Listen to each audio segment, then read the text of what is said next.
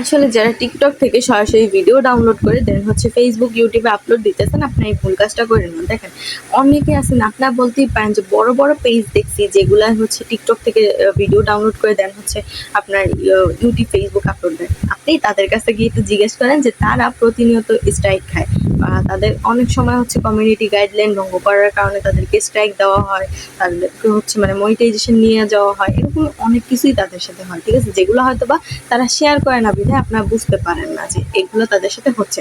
কিন্তু সত্যি কথা বলতে যে টিকটকের গান লাগানো ভিডিওগুলো আপনারা ডাউনলোড করে দেন হচ্ছে ফেসবুকে দিচ্ছেন, ইউটিউবে দিচ্ছেন, আপনি কি মনে করেন তারা বড় বড় ক্রিয়েটর এই জন্য কি তাদেরকে ফেসবুক ছেড়ে দিবে? কখনোই না। ফেসবুকের কাছে সবাই সমান। ঠিক আছে, বড় পেজ তার মানে এই না যে তাকে ছেড়ে দিবে, সে গান লাগিয়েছে তো কি হয়েছে, একদম এরকম না। আমরা ছোটরা ইউজ করলেও যেমন আমাদেরকে স্ট্রাইক দিবে, বড়রা ইউজ করলেও বড়দেরকে স্ট্রাইক দিবে। আর এটাই হচ্ছে ফেসবুকের নিয়ম। সো কমিউনিটি গাইডলাইন ভঙ্গ করলে এরকম হবে।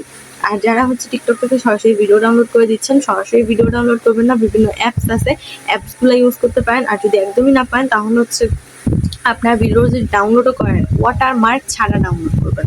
ওই যে টিকটকের লোগোটা থাকে, ওই টিকটকের লোগোটা যেভাবেই হোক রিমুভ করার চেষ্টা করেন। ঠিক আছে, আর অনেক সময় হচ্ছে আপলোড দেওয়ার সময় সেভের একটা অপশান আসে, ওই সেভের ওইখান থেকে আপনারা সেভ করে নেবেন। তারপরে কি হবে যে ওইটা আপনারা ওয়াটারমার্ক থাকবে না।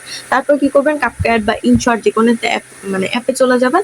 এরপর হচ্ছে যে ভয়েসটা থাকে, ঠিক আছে, অরিজিনাল যেই ভয়েসটা থাকে ভিডিওর বা গানের যেই ভয়েসটা থাকে, ওই ভয়েসটাকে আপনি সুন্দর মতো চেঞ্জ করে দিবেন।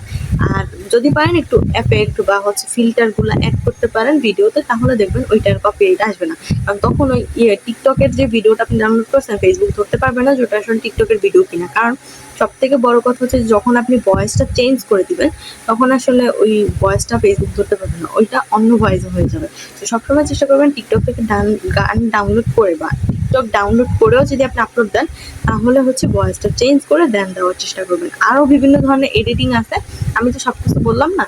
তো অনেক ধরনের এডিটিং আছে, আপনার যে কোনোভাবে হচ্ছে এডিটিং করে তারপরে হচ্ছে এটাকে কপিরাইট মুক্ত করে দেন হচ্ছে আপলোড দিতে পারেন। ঠিক আছে, তাহলে পেজে কপিরাইট আসার চান্সটা অনেক গুণ কম থাকে। যাই হোক, আজকের ভিডিওটা ছিল এই পর্যন্তই। যারা টিকটক থেকে সরাসরি ভিডিও ডাউনলোড করেন, আজকে ভিডিওটা বানানোর মূল কারণ হচ্ছে তাদেরকে বলা। কারণ অনেকেই দেখছি যে সরাসরি টিকটক থেকে ডাউনলোড করে তারপরে হচ্ছে যে ভিডিওগুলো দেয়। তো আমি মনে করলাম যে এগুলো আসলে সবাইকে তো বলা সম্ভব না। আমি মাঝে মাঝে অনেকের পেজে যাই, তখন দেখি যে তারা এরকম কাজ করতেছে। তো এই জন্য মনে করলাম যে আপনাদেরকে একটা ভিডিওটি শেয়ার করে দিই। তো এইটাই ছিল আজকের ভিডিও। কেমন লাগলো ভিডিওটা কমেন্ট করে জানাবেন। আর ভিডিও ভালো লাগলে কিন্তু শেয়ার করতে ভুলবেন না। আল্লাহ হাফিজ, সবাইকে ভালো থাকবেন, সুস্থ থাকবেন। দেখা হবে আপনাদের সাথে অন্য কোনো ভিডিওতে। আসসালামু আলাইকুম, আল্লাহ হাফিজ। আর যদি ভিডিওটা ভালো লাগে শেয়ার করে দিন, আর কোন টপিকের ভিডিও চান সেটাও এখন কমেন্ট করে জানাবেন।